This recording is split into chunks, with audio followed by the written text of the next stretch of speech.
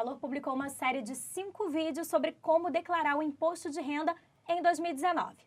E hoje o Valor está aqui com a consultoria UI, que vai tirar a dúvida dos leitores que escreveram para a gente no site, nas redes sociais. A gente está aqui com a Daniela Natrielli, que é a diretora de impostos da UI, e vai responder essas dúvidas para a gente. Tudo bem, Daniela? Bom dia, Natália. Bom dia a todos. Tudo ótimo. Então, a gente vai começar aqui com as dúvidas a respeito de dependentes. A primeira questão é enviada pelo Rui Vilela. Ele diz que a filha dele nasceu em 3 de janeiro de 1993, então ela fez 25 anos já no ano de 2018. Por esses 3 dias de janeiro, ela pode ainda ser considerada dependente do ano calendário de 2018, visto ainda estar com 24 até o dia 2 de janeiro de 2018, Daniela? Bom dia, Rui. Excelente pergunta. Sim, ela pode ser considerada dependente por esses 2, 3 dias que ela tinha 24 anos, desde que ela estude, que ela tenha estudado em 2018, porque dependentes de 21 a 24 anos podem ser incluídos desde que tenham estudado ao longo do ano de 2018. Perfeito. Agora a gente tem uma pergunta enviada pelo Ricardo Ferreira, que é a respeito de dependente falecido, Daniela. Ele diz que a mãe era dependente dele e faleceu em fevereiro de 2018. Ele quer saber se ele pode mantê-la como dependente na declaração agora de 2019. A mesma situação, a mesma pergunta do Ricardo, né, com relação ao Rui do filho, sim. Como ela faleceu em 2018, ela pode ser considerada dependente. Perfeito. E a Rosângela Pastore pergunta a gente aqui. Ela diz que ela tem uma irmã de 54 anos que é aposentada por invalidez após um diagnóstico de doença mental grave e incapacitante. Essa irmã vive com a mãe, que também é aposentada. A renda de cada uma é inferior ao limite isento e elas não têm nenhum outro rendimento. Ela pode declarar como dependente, mesmo não morando com ela? Tá, então são duas situações diferentes. Então, pais, avós e bisavós, no caso da mãe dela, podem ser considerados dependentes desde que tenham recebido rendimentos até, eu vou até colar aqui o número, R$ 22.847,76. Então, se a mãe dela recebeu qualquer rendimento acima, não pode ser considerada dependente. No caso da irmã, ela pode ser, como ela tem 54 anos, né, ela pode ser considerada dependente se a irmã tiver a guarda judicial e se ela for incapacitada fisicamente e mentalmente para trabalhar. Aí a irmã pode. Entendi. E a respeito de netos, a questão aqui enviada pela Maria Bel, que ela diz que paga a escola do neto e os pais não têm rendimento para declarar o imposto de renda. Ela pode descontar no IR dela? Então, netos é a mesma situação do irmão. Se o neto, se ela tiver a guarda judicial do neto até 21 anos, de 21 a 24, se tiver a guarda judicial e o neto for estudante, e a partir de 25 anos, se for incapacitado fisicamente ou mentalmente. Isso nas 3 situações, desde que tenha a guarda judicial. Perfeito. Agora a gente vai falar aqui da declaração de casais. A Andréia Cristina Rodrigues escreveu pra gente, ela disse que é casada, mas faz a declaração do imposto de renda separado. O marido faz a dele e ela faz a dela. Só que no informe de rendimentos que ela recebeu da empresa, constam os valores pagos a título de convênio médico durante o ano, tanto para ela quanto para o marido, que deve ser dependente ali do convênio dela. Ela diz que os valores são bem discriminados, né, o que foi gasto por ela e o que foi gasto por ele, inclusive vinculado ao CPF de cada um. A pergunta é, ela pode lançar na declaração os valores do convênio médico dele, mesmo ele não sendo dependente na declaração do IR dela, ou ele mesmo deve lançar na declaração dele, mesmo constando no informe de rendimentos dela? Então, ele deve declarar, ela não pode. Como eles são uma entidade familiar, então mesmo se aplica para filhos se eles tiverem. Então, ela não pode deduzir na dela a despesa com o marido, mas ele, por ser entidade familiar, ele pode deduzir na dele sendo paga por ela, porque eles são da mesma família. Então, ele deduz na dele as despesas, então pega do informe de rendimentos lá o nome, a razão social do plano de saúde, o CNPJ do plano de saúde, ele coloca como dedutível e guarda os comprovantes para um eventual questionamento da Receita Federal. Tá ótimo. Agora, o Denis Gianni Rudnick, ele está perguntando aqui. O cenário dele é de contribuintes casados que apresentam declarações em separado. Ao observar ali a evolução patrimonial do casal em uma das declarações, essa evolução ultrapassa os rendimentos auferidos no ano, enquanto na outra ocorre uma sobra dos rendimentos. Deve ser, eles compraram um bem juntos, né, e que não está na declaração só de um, mesmo que os rendimentos dele não justifiquem ali aquela compra. Como é que ele faz nesse caso, Daniela? Ótima pergunta. Então, seguindo a legislação, O bem em comum do casal deve estar reportado somente em uma das declarações mesmo. Então, na dele, vamos supor, não tem que informar o rendimento do cônjuge, porque está em separado, mas na primeira ficha, né, onde está a identificação do contribuinte, a gente põe o nosso nome, CPF, data de nascimento, tem uma pergunta: é casado? Se sim, qual é o CPF do cônjuge? Então, a Receita Federal automaticamente sabe que eles são casados e pode ter a renda, né, de um ajudado na do outro. E na declaração da esposa, que não tem bens, uma dica que a gente dá é colocar com código outros em bens e direitos, 99 que é outros, coloca os bens em comum do casal, estão reportados na declaração do cônjuge, nome tal, CPF tal, e aí o valor, né, que seria o valor do bem 0 e 0, é a título informativo, então é uma dica que daí dá para ela colocar e que já vai estar vinculado. A Receita mesmo já cruza esses dados. Já, e principalmente o mais importante é ter o SIM na identificação do contribuinte onde é casado, o SIM e o número do CPF do marido e na dele da esposa. Perfeito. Agora, a Luciane Campos, ela pergunta aqui porque ela não é casada no papel. Ela diz que ela tem uma empresa em sociedade com o marido, com quem ela vive há 9 anos, mas não é casada formalmente. Sempre declaramos de forma separada e, por sugestão do contador, quando criamos a sociedade, informamos em cada declaração metade dos bens em comum, como a empresa e a casa deles. Ela disse que nesse ano ela viu que casais devem informar os bens comuns na declaração de um só. Eles precisam retificar as declarações anteriores que eles fizeram? Bom dia, Luciane. O ideal é você retificar sim, porque seguindo a legislação, os bens em comum do casal devem estar reportados somente na declaração de um dos cônjuges.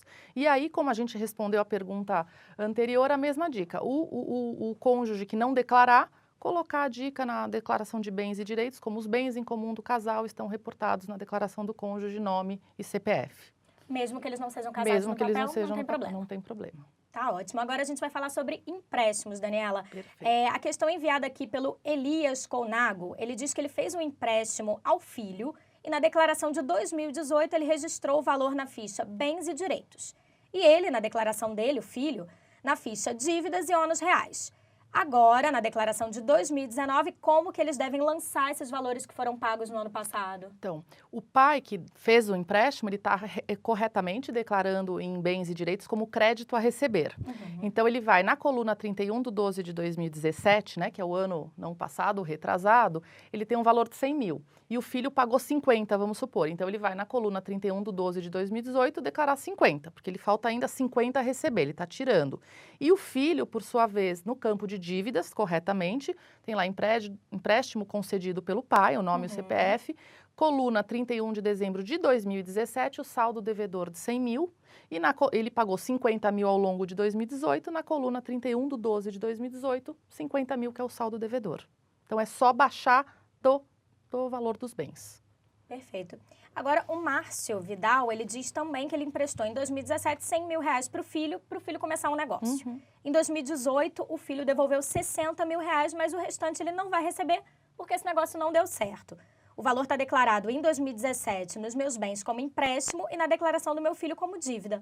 Como devemos declarar essa operação agora em 2018? Como não deve, vai ter que analisar o contrato, né, de empréstimo que ele fez com o filho para ver se tem perdão de dívida, eventuais juros, mas independente das consequências, né, da não devolução do empréstimo, ele vai colocar na descrição empréstimo, perdão de dívida, enfim, colocar o que está acontecendo e zerar o valor em 31 de dezembro de 2018. Tanto o pai, que tem o crédito a receber, quanto o filho, que teoricamente pagou a dívida e não tem mais a dívida, zero em 31 de dezembro no campo de dívida. Perfeito. Agora, empréstimo aqui entre cônjuges, pequenas quantias. É a pergunta do Paulo Roberto Cirino dos Santos. Ele diz que tem uma conta corrente em um banco e todo mês ele retira um valor, por exemplo, de R$500 e dá para a esposa.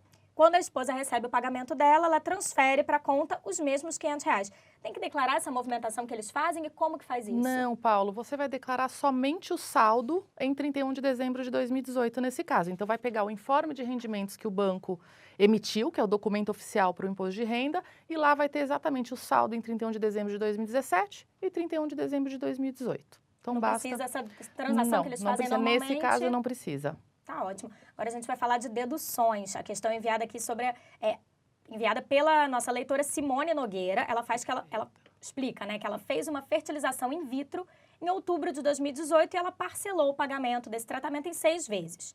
O recibo emitido pela clínica informa apenas o valor total do tratamento.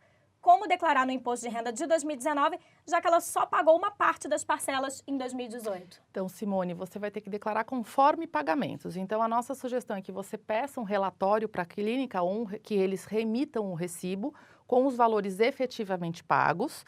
Então, se você tem um recibo total e eles conseguirem emitir um relatório dizendo que isso foi parcelado, guarda nos seus arquivos, né, para eventual questionamento da Receita Federal, e também a forma que ela pagou. Então, cartão de crédito, transferência, se a Receita questionar. Mas ela tem que deduzir em 2018 efetivamente o que ela pagou em 2018, as parcelas pagas em 2019 vão ser declaradas na declaração de 2020, o ano que vem, referente a 2019. Perfeito. Agora, relacionadas à educação, é a pergunta aqui do Paulo Márcio Batista. Ele diz que o filho está fazendo intercâmbio nos Estados Unidos e ele entende que ele deve informar as despesas com a instituição de ensino na ficha de pagamentos efetuados e obter a dedução correspondente. É isso mesmo? É isso mesmo, tá certinho. Tem até um campo em pagamentos, né? Se o filho for dependente, é o código 2, que é estudo no exterior.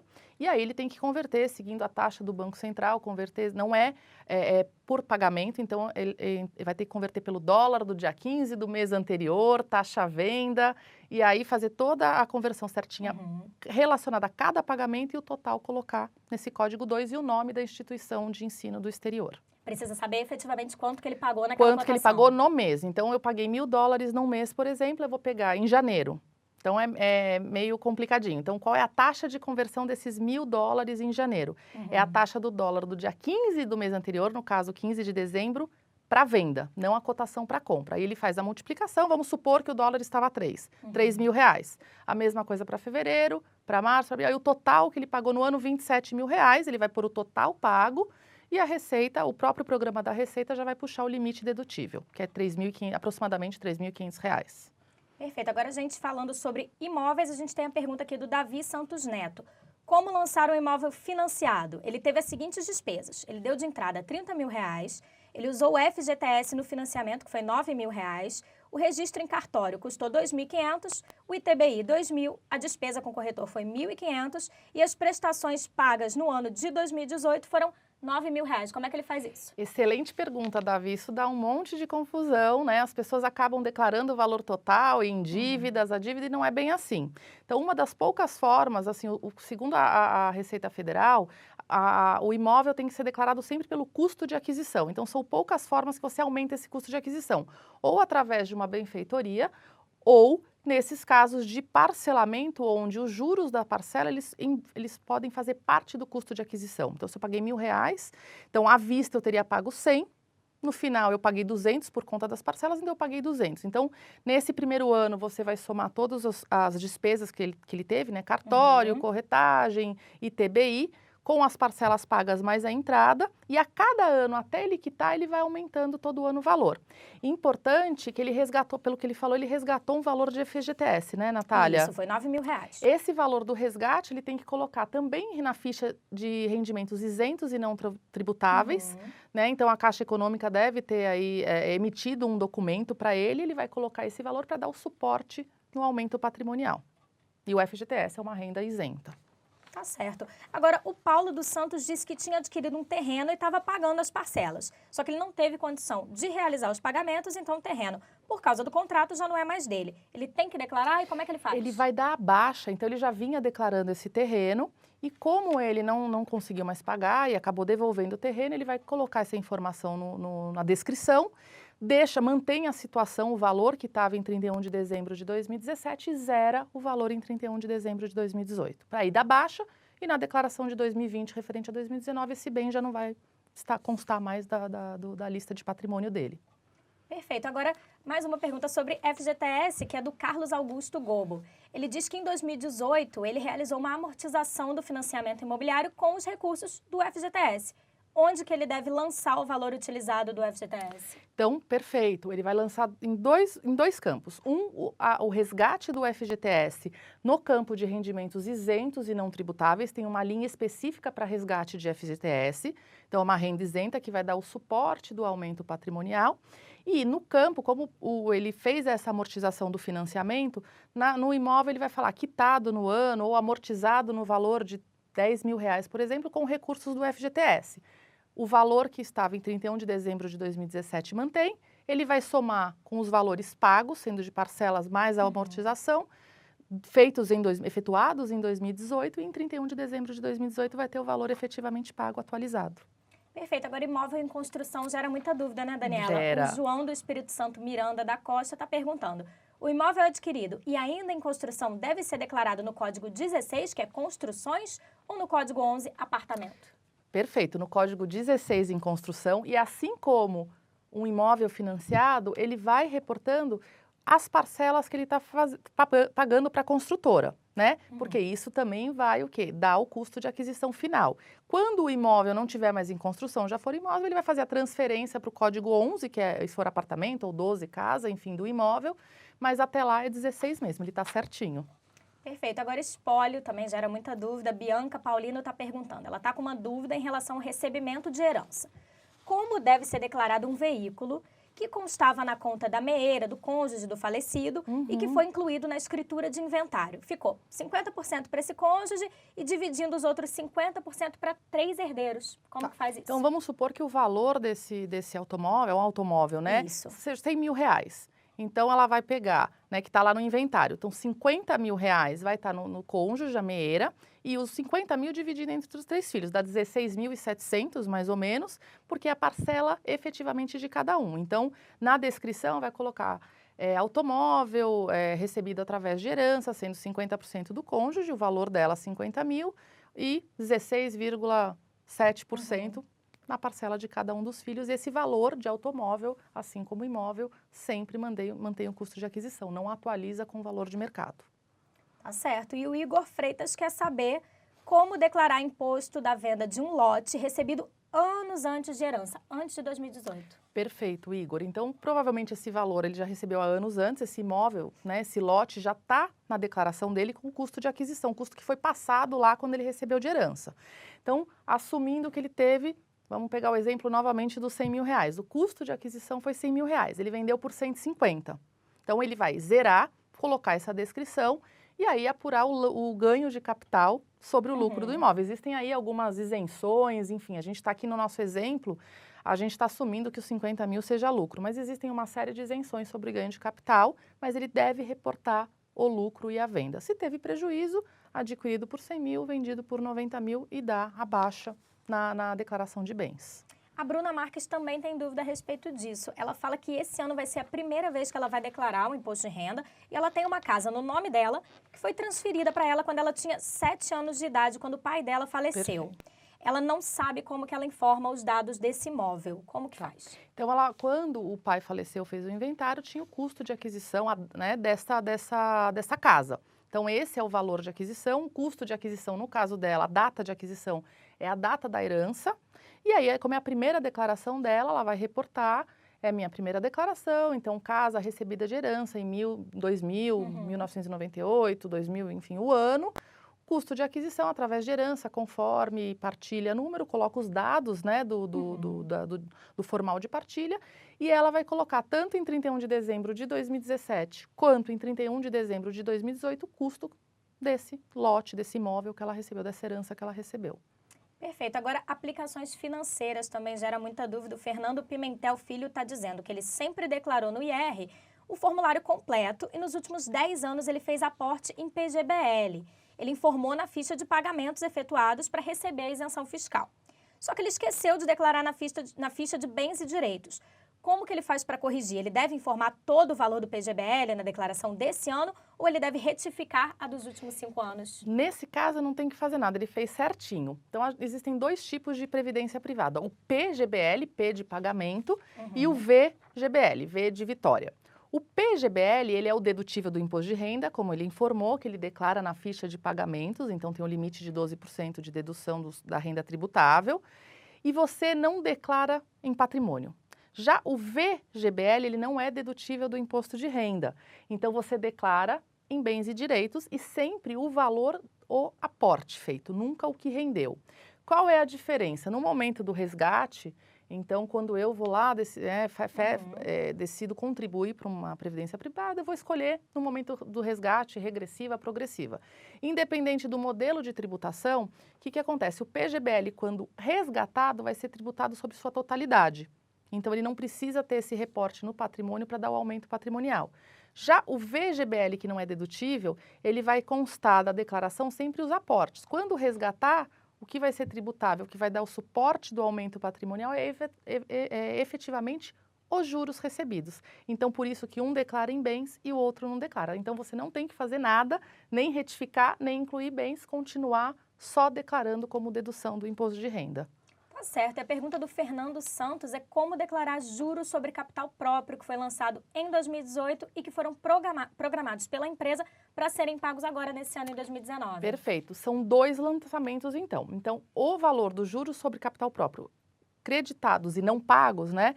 Então, ele vai em tributação exclusiva de fonte, que é o terceiro ou quarto campo da declaração, tem um item próprio para juros sobre capital próprio, ele vai pôr o valor. Só que ele não recebeu, ele vai receber em outro ano, mas a empresa já contabilizou. Então, o que ele vai fazer? Vai em bens, coloca o código 99, coloca juros sobre capital próprio da empresa X, CNPJ Y, creditados em 2018 e não pagos. Na coluna 31 de dezembro de 2017, 0. Na coluna 31 de dezembro de 2018, o valor que ele tem a receber aí, que vai ser pago em outro ano, em 2019 ou 2020. Perfeito. E o Daniel Wilder está dizendo que ele tem ações e dólares comprados em anos anteriores a 2018. Por qual valor ele deve declarar? O valor da compra ou o valor convertido pela cotação atual? E existe diferença no tratamento entre eles? Ele vai ter que reportar. Então, você vai ter que reportar pelo custo de aquisição, então pelo dólar da compra. Então, se ele comprou em dólar, ele vai pôr um campo para ação e outro campo para moeda em espécie. Então, para ação, se não me falha a memória, é o código 31, e aí a cotação de compra do dia, de venda, desculpa, do dia da compra das ações. Então, quando você compra uma ação, a taxa é venda, quando você vende, a taxa é compra. Então, a Receita faz essa pegadinha na conversão. E a moeda estrangeira, a mesma coisa, tem um campo, eu não me lembro o código, mas tem um código específico para moeda estrangeira. E vai sempre declarando, somando, né, os valores de custo de aquisição para compor o bem. E se um dia vender, tem que analisar se teve um eventual ganho de capital, até pela variação aí da taxa, se ele teve um ganho de capital ou não. Perfeito. Agora, sobre empresas offshore. O Lawrence Vieira está perguntando que ele começou a pagar em agosto de 2018. Na verdade, essa pergunta é sobre automóveis, eu me confundi. O Lawrence Vieira está dizendo que ele começou a pagar em agosto de 2018 as parcelas de um consórcio para comprar um carro, mas ele ainda não foi contemplado, então ele não tem esse bem. Ele precisa declarar? Em caso positivo, o que ele informa? O que ele já pagou ou o que ainda falta? Oi, Lawrence, você tem que declarar, tem um código para consórcio não contemplado. Tem um código para consórcio já contemplado e não contemplado. Como o dele não foi, é como se fosse um financiamento. Ele declara lá consórcio não contemplado, aí coloca os dados, cota, número, né, da onde ele adquiriu esse consórcio e vai a cada ano aumentando o valor desse consórcio com as parcelas que ele pagou. Quando contemplado, ele vai mudar o código. Perfeito. Agora, o Wallace Peixoto está dizendo que o pai dele tem 65 anos de idade, recebe aposentadoria oficial e privada. E nas duas ela vem parte isenta pela idade. Porém, também descontam o valor do 13º. Apresentando um valor muito divergente do real valor recebido. Gostaria de saber como melhor declarar essas informações, já que o 13º recebe uma taxação ali um pouco menor, né, Daniela? Exatamente, mas vamos separar, são duas coisas. Então, ele tem realmente, os aposentados acima de 65 anos têm uma parcela isenta, que na verdade é de 1903, que é o 1903 para dar os centavos. 1903,98, que é até o limite da isenção. Só que o que acontece? Ele tem duas fontes de renda, duas pessoas jurídicas, as duas estão descontando. Então, ele está tendo a isenção no mês a mês 2 vezes, que vai chegar na declaração. Ele tem, vamos supor, do INSS, ele vai pôr o valor, reportar isentos, tem um campo na declaração de rendimentos isentos para rendimento de aposentadoria acima de 65 anos e tributável. A segunda fonte, ele vai ter que fazer a conta na mão, porque ele não pode colocar, nem vai conseguir colocar as duas. Então, a diferença, aquilo que ele teve a isenção a mais no mês a mês, ele vai ter que colocar em rendimento tributável, ele vai somar com o que estava tributável. Com relação ao 13º, ele pode ter a dedução dos 1.900, né, para acima de 65 anos, nas duas fontes de renda. O que vai acontecer? O que passar, o 1.900 que passar, porque vão ser 2 vezes, né, que o 13º é pago uma vez. Então, vai estar o campo normal de 13º, que é tributação exclusiva, e os outros 1.903 de isento, ele vai colocar no campo outros, que é o código 26 de rendimento isento. É um pouquinho complicado, porque as duas pessoas jurídicas não não se falam Sim. e acabam seguindo a lei no mês a mês, que é o normal, acontece com muita gente. Então, na declaração, ele tem que fazer toda essa separação, na mão. Porque são duas fontes de Porque renda. são duas fontes de renda, exatamente. Perfeito. O Rui Silveira quer saber, aposentado que ainda faz aporte ao seu plano de previdência privada, pode fazer a dedução da renda bruta em razão do PGBL? Se fizer contribuição, pode normalmente. A dedução é permitida para todo mundo que faz, tem um limite de 12% de dedução da renda tributável, mas sempre coloca o valor integral pago e o programa já puxa o limite, se a contribuição foi superior ao limite. Perfeito. O Márcio Moretson disse que recebeu no ano passado uma ação trabalhista do banco que ele trabalhava. Ele queria saber se ele pode deduzir o valor dos honorários advocatícios no imposto de renda. Foi algo em torno de R$100 mil. E como que ele faz isso? Perfeito, Márcio. Você pode, então, os honorários advocatícios são 100% dedutíveis, mas tem aqui uma pegadinha, vamos dizer assim. Essa dedução só pode ser da renda tributável. Então, vamos supor, você recebeu R$100 mil. Desses R$100 mil, né, pelo acordo que fez, 80 mil é rendimento tributável e 20 mil por qualquer motivo isento. Então, e os honorários advocatícios, ele cobrou 20% da ação. Então, ele vai poder deduzir 20% só de 80 mil, que é o que é rendimento tributável, e não do valor do total. Só que na ficha de pagamentos, ele vai colocar o código, né, de advogado, tem um código específico, os 20 mil que ele pagou. É só para dedução que você só pode deduzir 20%, que foi a ação, do rendimento tributável e não do total dos 100 mil. Perfeito. Agora, a Marta Ione de Oliveira é cuidadora de idosos. Ela quer saber como cuidadora de idosa, pessoa física, com carteira assinada, retenção do IR todo mês, ela deve declarar os rendimentos que ela recebeu, né, na ficha de rendimentos pagos por pessoa jurídica, apesar dela ser contratada por uma pessoa física. Ela disse que não encontrou outro lugar. Pode ser aí mesmo, Daniela? Não. Se quem pagou foi uma pessoa física, então não tem um CNPJ para fazer o pagamento em nome, ela que recebeu, ela tem que ir no campo. Tem um campo, rendimentos recebidos do exterior e pessoa física, né? Um campo. Ela entrando lá, ela vai ter um campo escrito pessoa física. Ela vai, mês a mês, reportar o valor recebido da pessoa física. O campo rendimentos tributáveis é só quando tem uma pessoa jurídica que emite um informe de rendimento e faz o pagamento da pessoa jurídica para a pessoa física. Perfeito. Uma última pergunta que a gente tem é a respeito que a Receita, nesse ano, ela já te informa, dentro de 24 horas, está tudo certinho ali com a sua... Uma das novidades, exatamente. O Rodrigo Venâncio, ele disse que entregou a declaração e constou que ele deveria pagar o valor de R$ 19,22. Ele fez o pagamento e, quando ele liga no 146, diz a seguinte mensagem: declaração processada, aguarda pagamento de imposto. Isso quer dizer que ela foi aprovada? Então, sim, ela foi aprovada. A Receita tem 5 anos para analisar uma declaração. Então, assim, mesmo ela processada, a Receita pode, em 5 anos, ainda voltar e fazer algum questionamento.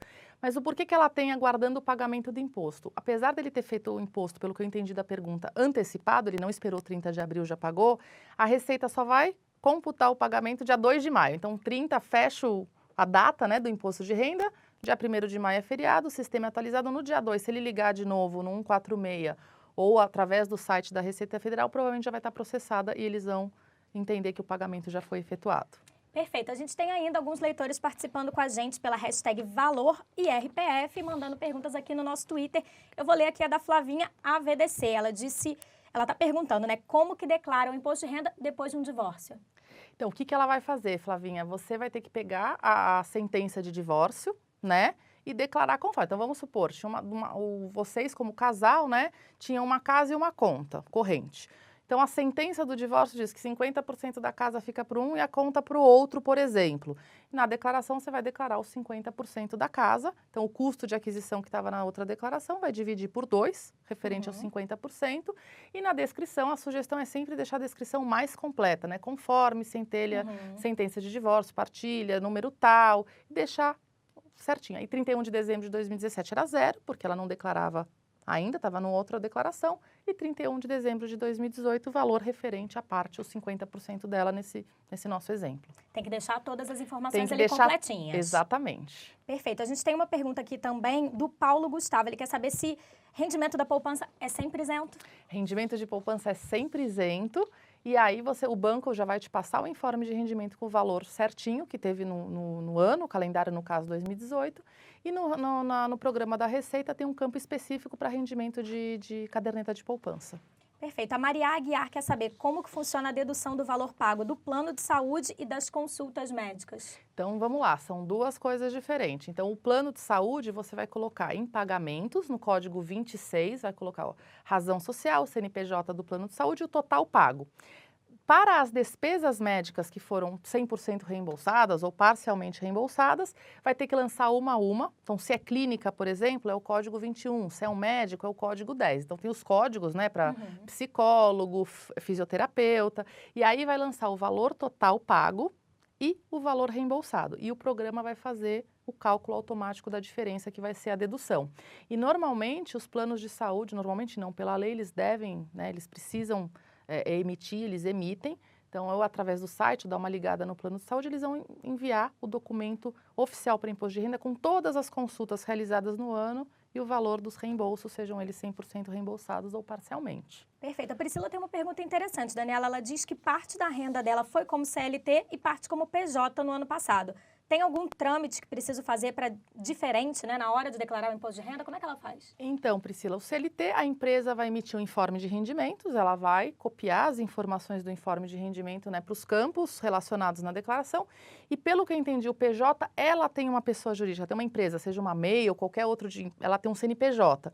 Então, o contador da empresa vai fazer todas as retenções lá da pessoa jurídica e também vai emitir um informe de rendimentos em nome dela, com o prolabore que ela recebeu ou os eventuais lucros e dividendos recebidos, que também vão entrar na declaração. Então, ela tem a empresa dela e essa empresa também vai gerar um informe de rendimento. Ela vai ter 2 informes de rendimentos para declarar, o do CLT e o da empresa dela.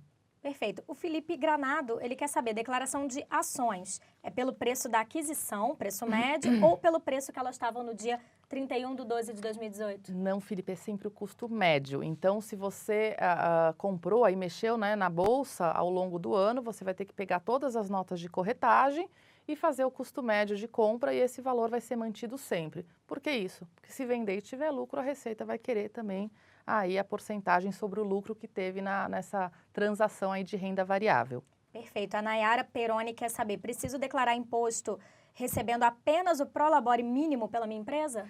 Então, o que ela tem que receber, se ela estiver enquadrada, qual é a obrigatoriedade de declaração? Se o total dos rendimentos tributáveis for igual ou superior a R$ 28.559,70, se ela tem um patrimônio igual ou superior a R$ 300 mil, ou rendimentos isentos ou tributação exclusiva iguais ou superiores a R$ 40 mil.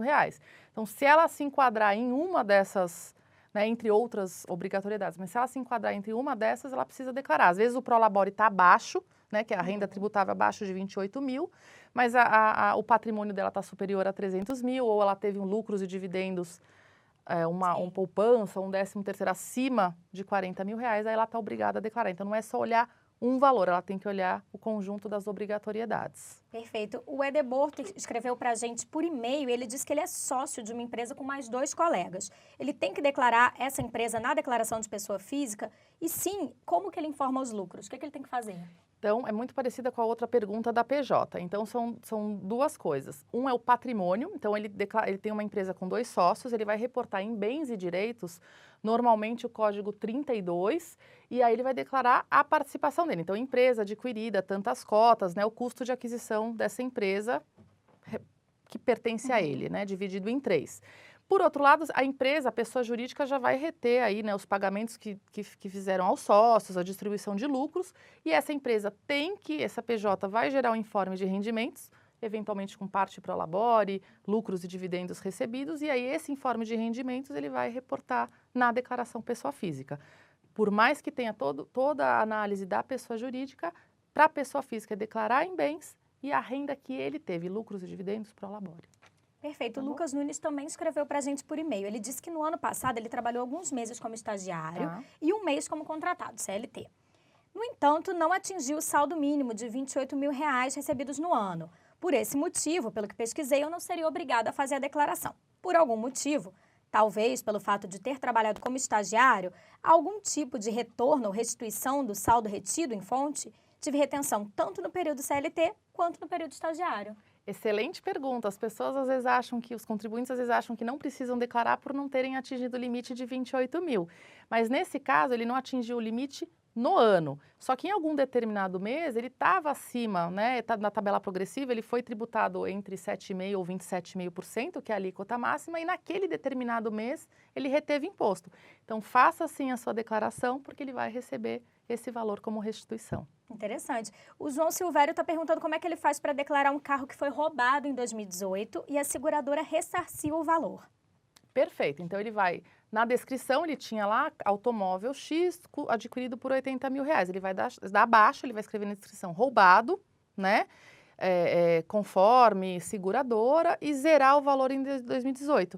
E no rendimento isento é a isenção do seguro, que é o valor que ele recebeu, até para dar o suporte, porque esse dinheiro ou ele aplicou na conta dele ou ele comprou um novo automóvel, então a indenização da seguradora é isento e aí dá o suporte para onde ele aplicou esse dinheiro. Entendi. O Bruno Azevedo, ele fala que ele não tem renda, mas ele vendeu um carro para comprar outro em 2018. Ele quer saber se ele precisa declarar o imposto de renda. Ele está participando aqui com a gente pelo Twitter com a hashtag ValorIRPF. Ah, que legal. Então, ele não precisa, se o total do patrimônio dele não for igual ou superior a R$300 mil, ele não precisa fazer a declaração. Ou se ele não tiver renda tributável acima de 28 mil ou isentos e tributação exclusivas, valor igual ou superior a R$40 mil. Interessante. Agora o Josué também pergunta, ele fala que o informe de rendimento dado pela empresa que ele trabalha somou os informes de rendimento do período de dezembro de 2017 a novembro de 2018. Isso está certo? Olha, normalmente não, porque é por ano calendário. Então, ele tem que até dar uma ligada no RH, na folha de pagamentos da empresa, para entender, porque eles deveriam fazer seguindo a legislação, um informe de rendimentos de janeiro a dezembro de 2017, então se ele teve novembro e dezembro, 2 meses, para a declaração 2017, que foi feita o ano passado, em 2018, e um outro informe de janeiro até dezembro, ou até a data que ele trabalhou em 2018. Então tem que separar os anos calendários, a não ser que tenha alguma particularidade que foi pago depois, mas ele vai ter que entrar em contato com a folha de pagamentos e pedir os 2 documentos. Interessante. O Gabriel Cury também escreveu para a gente. Ele quer saber que tipos de curso de aperfeiçoamento profissional podem ter seus valores abatidos no imposto de renda? É uma pergunta bem recorrente, né, Daniela? Ele participa com a gente também pelo Twitter. É uma pergunta recorrente também. Então, tudo que for com o intuito de profissionalizante, uma pós-graduação, escola, ou um curso profissionalizante que vai ajudá-lo a trabalhar, pode ser considerado dedutível do imposto de renda. E aí ele vai sempre declarar no campo 1, em pagamentos, código 1, o nome da universidade ou do curso, o CNPJ, o valor total pago e o programa já puxa o valor da dedução. Por exemplo, escola de inglês não é dedutível do imposto de renda, até por isso a pergunta dele, por exemplo. Mas se eu estou fazendo um curso profissionalizante porque eu sou professora de inglês, aí já tem. Então, a gente tem que sempre analisar o curso versus se você está fazendo esse curso para você poder trabalhar ou se aperfeiçoar. Perfeito, tá ótimo, Daniela, muito obrigada. A gente chegou ao fim, a gente respondeu todas as perguntas e você pode ver o compilado delas no nosso site do Valor Econômico. Continua acompanhando que a gente vai continuar falando de imposto de renda. Obrigada, Daniela. Obrigada a você, Natália.